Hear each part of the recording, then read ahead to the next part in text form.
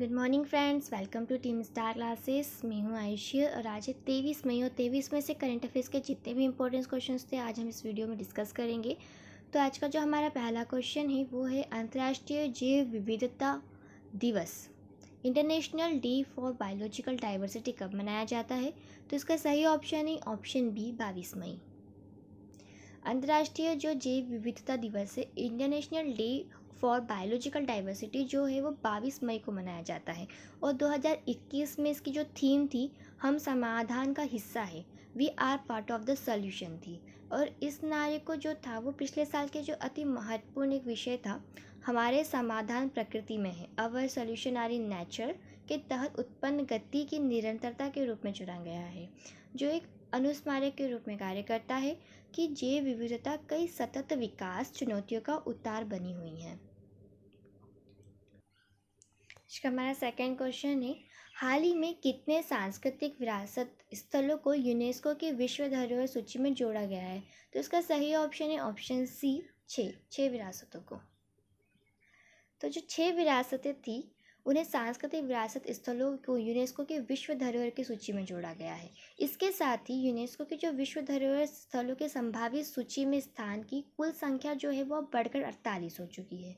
भारतीय पुरातत्व सर्वेक्षण जो आर्कोलॉजिकल सर्वे और जो इंडिया है ने विश्व धरोहर सूची में जोड़ने के लिए 9 प्रविष्टियाँ भेजी थी। उस 9 प्रविष्टियों में से इन्होंने 6 को सिलेक्ट किया है और ये प्रस्तावित जो स्थल उन्होंने जो सिलेक्ट किए वो कम से कम संभावित सूची में 1 वर्ष तक रहेंगे। तो जानते हैं कि वो जो 6 जो विरासत सांस्कृतिक विरासत थी वो कौन कौन सी है। तो उन्होंने जो पहली ली थी वो है वाराणसी के गंगा घाट, सेकेंड जो है वो है तमिलनाडु में कांचीपुरम के मंदिर, और जो थर्ड है वो है मध्य प्रदेश में सतपुड़ा टाइगर रिजर्व, फोर्थ जो है महाराष्ट्र सैन्य वास्तुकला, फिफ्थ है हायर बैकल मैग्लिथिक साइट, और जो सिक्स है वो है मध्य प्रदेश में नर्मदा घाटी के भेड़ा घाट और लमेता घाट। तो इनके बारे में थोड़ी डिटेल हम और लेंगे। वाराणसी की जो पहले लिया हमने वाराणसी के जो गंगा घाट है, तो वाराणसी के जो गंगा घाट जो होते हैं वो नदी किनारे की जो सीढ़ियाँ होती हैं उन्हें कहा जाता है, जो गंगा नदी के किनारों तक जाती है। और इस प्रकार के जो है वो 88 घाट है वहाँ पर। इनमें से जो अधिकांश घाट है वो 18वीं शताब्दी में बनाए गए थे जब उस शहर में मराठों का शासन हुआ करता था। सेकेंड है हमारे सतपुड़ा टाइगर रिजर्व। जो सतपुड़ा टाइगर रिजर्व है ये मध्य प्रदेश में स्थित है। सतपुड़ा टाइगर रिजर्व के अन्य प्रमुख आकर्षण के जो केंद्र है वो है पांडव गुफा है, धूपगढ़ की चोटियाँ है, डेनका बैकवाटर और रॉक पेंटिंग। जो डेनवा बैकवाटर है वो डेनवा नदी पर बने बांध द्वारा निर्मित किया गया है। और हमारा जो थर्ड है वो है महाराष्ट्र सैन्य वास्तुकला। तो विभिन्न युगों के 500 से अधिक किले, सालों के नहीं विभिन्न युगों के जो युग चलते आ रहे हैं, तो उन युगों के जो 500 से अधिक किले हैं जो महाराष्ट्र की दुनिया में सैन्य वास्तुकला में सबसे समृद्ध स्थानों में से एक बनाते महाराष्ट्र को। ये 1500 और 1800 के बीच में बनाए गए थे लगभग। नर्मदा घाटी जो हमारा फोर्थ है वो है नर्मदा घाटी का भेड़ा घाट या लमेता घाट। तो उन्हें भारत का ग्रैंड कैनियन भी कहा जाता है। नर्मदा नदी के दूसरी ओर संगमरमर की कुछ चट्टानें उत्कृष्ट सुंदरता और उनके शानदार रूपों का अनुभव किया जा सकता है। यहाँ कई डायनासोर के जीवाश्म पाए गए थे सब बोला जाता है। अब जो है कि यह नर्मदा नदी 30 मीटर गहरी खाई में बहती है और संगमरमर की चट्टानों के बीच बहती है, और ये संगमरमर की चट्टान चूना पत्थर के रूपांतरण तंत्र द्वारा बनाई गई है। जो फिफ्थ है वो है हीरे बैकल मैग्लोथिक साइट्स। तो ये कर्नाटक में स्थित है। मैग्लोथिक साइट एक बड़ा ही प्रागैतिहासिक पत्थर है जिसका उपयोग किसी स्मारक या संरचना के निर्माण में किया जाता है। हमारा लास्ट है कांचीपुरम के मंदिर, एकाम्बेश्वर मंदिर। काफ़ी इंपॉर्टेंट, इसके काफ़ी सारे क्वेश्चंस आते रहते हैं कि भारत में जो तमिलनाडु राज्य में जो कांचीपुरम तीर्थ नगर में स्थित है भगवान शिव का जो समर्पित एक शिवलिंग है, हिंदू मंदिर है। तो उससे रिलेटेड काफ़ी क्वेश्चन आते हैं जिसे हम एकाम्बेश्वर मंदिर कहते हैं। कांचीपुरम में इस मंदिर, वरदाज पेरुमाल मंदिर और कामाक्षी अम्मन मंदिर को सामूहिक रूप से मुमूर्त निवास कहा जाता है, यानी त्रिमूर्ति निवास।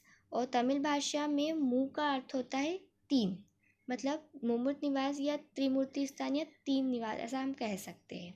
ऐसा माना जाता है कि जो मंदिर है अनेक वर्षों से इस मंदिर में एक आम का पेड़ है और जो लगभग 3500 और 4000 वर्ष पुराना है।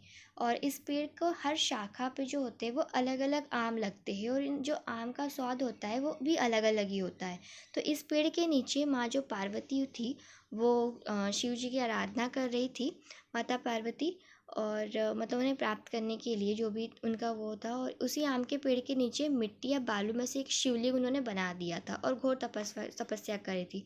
जब शिव जी ने ध्यान पर पार्वती जी को तपस्या करते देखा तो उन्होंने महादेव ने माता पार्वती की परीक्षा लेने के उद्देश्य उनकी जटा से गंगा जल सब जगह पानी भर दिया। ऐसा वो पहले देखा जाता था कि जो भी तपस्वी होते थे जब तपस्या करते थे तो कोई ना कोई उनकी तपस्या को भंग करने आ जाया करता था। तो ऐसे ही शिव जी ने भी पार्वती जी के साथ किया और उन्होंने काफ़ी ज़्यादा अपनी जटाओं से गंगा जल को बहा दिया, जिससे कि जो शिवलिंग था वो कहीं ना कहीं नष्ट होने लग गया था। तो उनको बचाने के लिए माता पार्वती ने उन्हें अपने गले से लगा लिया उस शिवलिंग को। और फिर उन्होंने शिव जी ने जब इन्हें देखा इस तरीके से तो वो काफ़ी खुश हो गए और उनसे शादी कर ली एक टाइम पे।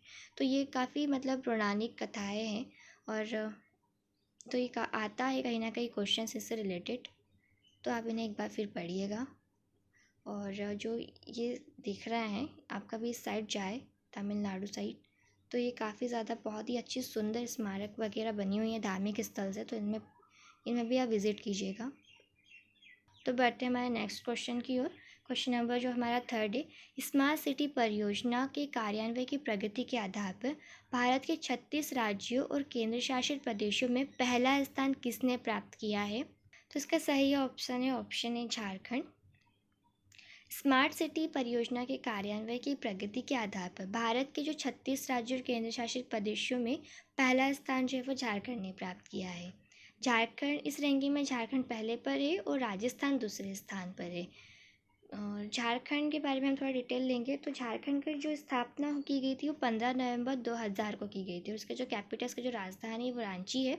और चीफ मिनिस्टर वहाँ के जो मुख्यमंत्री है वो है हेमंत सोरेन। और पॉपुलेशन जो वहाँ की है वो है 3.19 करोड़। और ये मैप दिख रहा है आपको इंडिया का, तो यहाँ पे अगर आप थोड़ा जूम करेंगे ये है आपको झारखंड यहाँ दिख जाएगा, ये झारखंड।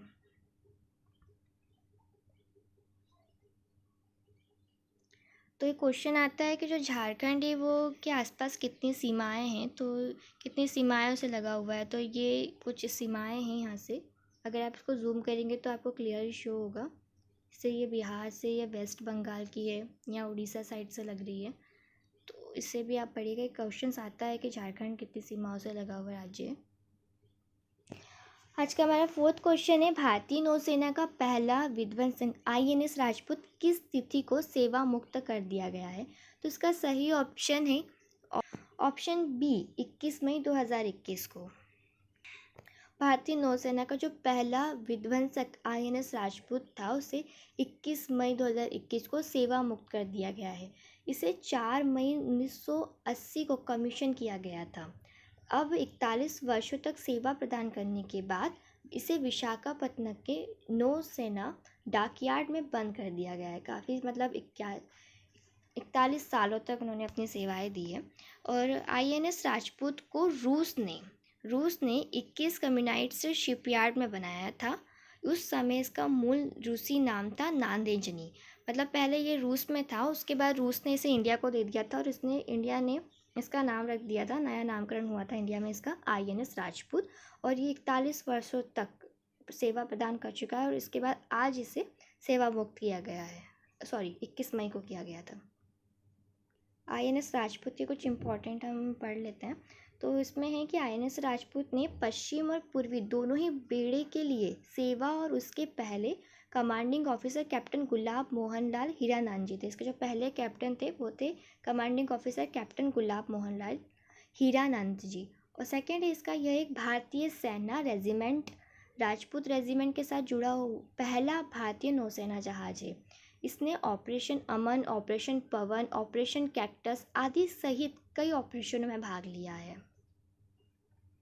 5th क्वेश्चन है हमारा आज का, वो है हाल ही में किस इंडियन हॉकी टीम के गोलकीपर को अंतर्राष्ट्रीय हॉकी महासंघ FIH एथलेटिक्स समिति के सदस्य के रूप में फिर से नियुक्त किया गया है? इसका सही ऑप्शन है PR श्रीजेश।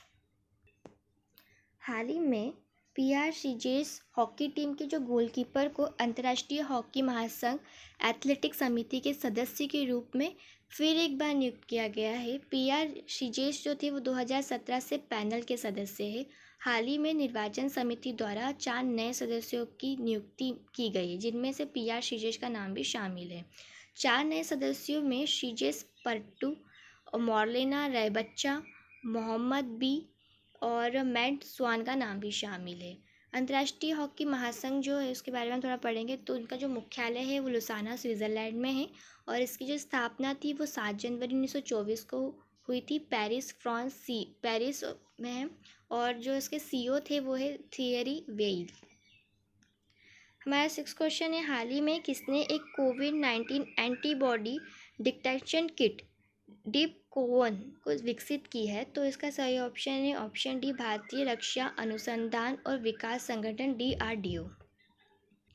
हाल ही में भारतीय रक्षा अनुसंधान और विकास संगठन DRDO ने एक कोविड-19 एंटीबॉडी डिटेक्शन किट डिपकोवन को विकसित किया है। इस किट को दिल्ली के वैगार्ड डायग्नोस्टिक प्राइवेट लिमिटेड के सहयोग से DRDO के defence institute of physiology and allied sciences lab द्वारा विकसित किया है।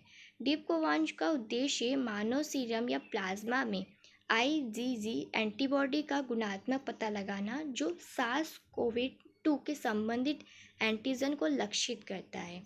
DRDO मतलब डिफेंस एक मिनट मैंने गड़बड़ कर, हम थोड़ा DRDO के बारे में जानेंगे। तो DRDO defence research and development organisation, जिसके जो अध्यक्ष है वो है डॉक्टर G सतीश रेड्डी और इसका जो मुख्यालय है नई दिल्ली में और इसकी स्थापना जो थी वो 1958 में हुई थी। आज का हमारा 7वां क्वेश्चन है, हाल ही में प्रसिद्ध जो पर्यावरणीयविद और गांधीवादी सुंदरलाल बहुगुणा का निधन हो गया है। वह किस आंदोलन के जनक थे? तो काफ़ी प्रसिद्ध है इसका सही ऑप्शन है चिपको आंदोलन। हाल ही में जो प्रसिद्ध पर्यावरणीय और गांधीवादी सुंदरलाल बहुगुणा थे उनका निधन हो गया है। वो चिपको आंदोलन के जनक माने जाते हैं।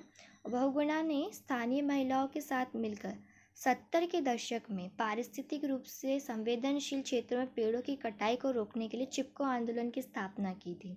आंदोलन की सफलता ने पारिस्थितिक रूप से संवेदनशील वन भूमि में पेड़ों की कटाई पर प्रतिबंध लगाने के लिए एक कानून बनाया।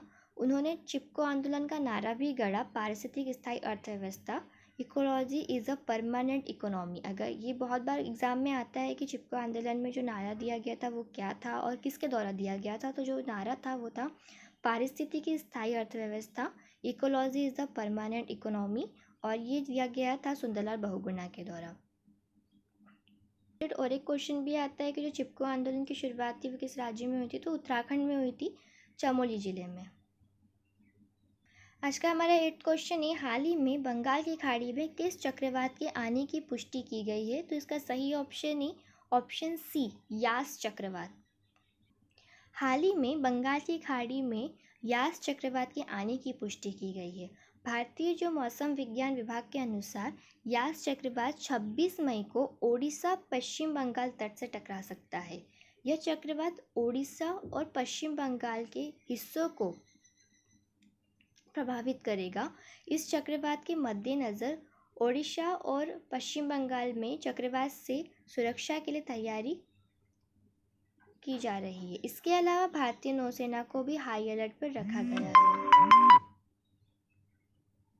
आज का हमारा 9 क्वेश्चन है, फीफा अंडर-17 महिला विश्व कप 2022 का आयोजन किस देश में किया जाएगा? तो इसका सही ऑप्शन है भारत। फीफा अंडर-17 महिला विश्व कप 2022 का जो आयोजन है वो भारत देश में किया जाएगा। इससे पहले भारत 2021 में इस प्रतियोगिता को आयोजन करने वाला था, परंतु जो कोरोना वायरस महामारी के चलते इसे रद्द कर दिया गया। अब फीफा अंडर-17 महिला विश्व कप का आयोजन भारत में 11 से 30 अक्टूबर 2022 के दौरान किया जाएगा।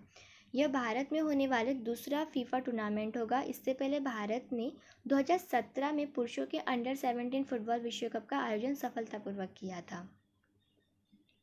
आज का हमारे इस वीडियो का लास्ट क्वेश्चन है, क्वेश्चन नंबर 10 है, हाल ही में किस राज्य में म्यूकरमायोसिस ब्लैक फंगस को महामारी घोषित किया है। तो इसका सही ऑप्शन है ऑप्शन डी, उत्तर प्रदेश। पहले राजस्थान सरकार ने भी इसे 19 मई को महामारी घोषित कर दिया था, अब उत्तर प्रदेश ने भी इसे महामारी घोषित कर दिया है। हाल ही में जो उत्तर प्रदेश राज्य है उन्होंने म्यूकरमायोसिस ब्लैक फंगस को महामारी घोषित किया है। गौरतलब है कि इससे पहले ब्लैक फंगस रोग को हरियाणा और राजस्थान में अधिसूचित बीमारी नोटिफाइड डिसीज़ के रूप में घोषित किया गया है। इसका मतलब ये है कि जो सरकार अधिकारियों को ब्लैक फंगस रोग के प्रति मामलों के बारे में सूचित करना होगा कि जिससे भी हो रहा है उसके बारे में अधिकारियों को बताना होगा। सरकारी जितने भी अधिकारी हैं उनको इनकी बारे में बताना होगा। हम थोड़ा ब्लैक फंगस के बारे में इस वीडियो में डिस्कस करेंगे। जो ब्लैक फंगस के बाद अब वाइट फंगस का खतरा भी बढ़ गया है। सेकेंड है जो कोरोना वायरस अपने साथ कई अन्य रोग ला रहा है, जिससे कि अब ये ब्लैक फंगस वगैरह हो रहा है, जो वाइट फंगस है यह भी उनमें से एक है। कोरोना संक्रमित मरीज कोरोना को मात तो दे देते हैं, लेकिन रोग प्रतिरोधक क्षमता जो उनकी इम्यूनिटी कम हो जाती है उसकी वजह से उनमें कई जानलेवा रोगों का खतरा बढ़ रहा है। जैसे जो ज़्यादातर ऐसा बोला जा रहा है कि जो कोरोना से जो पीड़ित लोग थे और जो अच्छे हो रहे हैं उन्हीं को ब्लैक फंगस बहुत जल्दी हो रहा है, चपेट में आ रहा है। तो क्योंकि उनकी जो इम्यूनिटी कहीं ना कहीं उनकी जो प्रतिरोधक क्षमता है वो कम होती जा रही है, इस वजह से शायद कई रोगों के शिकार हो रहे हैं। वाइट फंगस रोग जो है वो कोरोना संक्रमित खासकर मधुमेह मरीजों पर आसानी से हमला करता है। तो आप कभी देखना जो चावल वगैरह होता है उसमें जो होता है वो काफ़ी ज़्यादा शक्कर होती है, कभी शुगर होता है, तो उसको अगर कुछ टाइम तक आप अगर ऐसा रख दो तो उसके अंदर ना एक फंगस टाइप लगने लगता है। तो उनका कहना यही है कि जो फंगस बीमारी है वो डायबिटीज़ के जो पेशेंट होते हैं उनमें बहुत जल्दी हो रही है, क्योंकि वो एकदम उन्हें अट्रैक्ट करती है अपनी तरफ। तो जो डायबिटीज़ के पेशेंट होते हैं उनके अंदर जो ब्लड होता है उनमें ब्लड के अंदर जो शुगर की क्वांटिटी है वो काफ़ी ज़्यादा फैलती है, इसलिए सबसे ज़्यादा जो फंगस के जो रोग होते हैं वो इन लोगों को बहुत जल्दी अट्रैक्ट करते हैं। तो उनका कहना यही है कि जो कोरोना मरीज है जो जो थे वो रिकवर हो चुके हैं, लेकिन उनमें जो वाइट फंगस देखने को मिलेगा, ब्लैक फंगस की जो कहीं ना कहीं उनको बहुत जल्दी वो हो रहा है, अटैक कर रहा है। वाइट फंगस मरीज के नाजुक अंग जैसे कि आँख, गला, आंत, लीवर, जीभ आदि पर हमला करता है। अंग के सेल को तेजी से नष्ट कर देता है, जिससे अंग जो है वो काम करना बंद कर देता है। फंगस का अटैक इतना तेज होता है कि जब तक मरीज को समझे फंगस शरीर के महत्वपूर्ण अंगों को पूरी तरीके से बर्बाद कर चुका होता है। इस स्थिति में अगर मरीज कोरोना को मात भी दे देता है तो शरीर के अन्य अंग फेल होने पर मौत हो जाती है। आप देखो कि जो ब्लैक फंगस के जितने भी अभी तक केस आए हैं उनमें किसी की आंखें निकाली गई है, किसी का जबड़ा निकाला गया है, तो वो इतना जल्दी अटैक कर रहा है क्योंकि ऑलरेडी हमारी इम्यूनिटी कम है जो रिकवर होकर आए हैं उन लोगों की। और तो ये इतनी बुरी तरीके से उन पर अटैक कर रहा है कि उन्हें बचने का भी मौका नहीं दे रहा है। और अगर आप कोरोना से बच भी जाते हो और अगर ये बीमारी के आपकी चपेट में आती है तो कहीं ना कहीं आपकी जो ऑर्गेन्स है, जितने भी ऑर्गेन्स है आप पे वो अटैक कर रहा है, तो आप बचने लायक रहते ही नहीं हो। तो बहुत ही बुरी बीमारी है। तो स्टे होम, स्टे सेफ रहिए, सभी लोग अपना ख्याल रखिए। तो अगर आपको हमारी वीडियो अच्छी लगी है तो प्लीज़ इसे लाइक कीजिए, कमेंट कीजिए। हमारे चैनल पर अगर आप नए हैं तो प्लीज़ इसे सब्सक्राइब कीजिए। और अगर आपको हमारे इस वीडियो का PDF चाहिए तो आप हमारे टेलीग्राम ग्रुप से जुड़ सकते हैं। Have a good day. Thank you.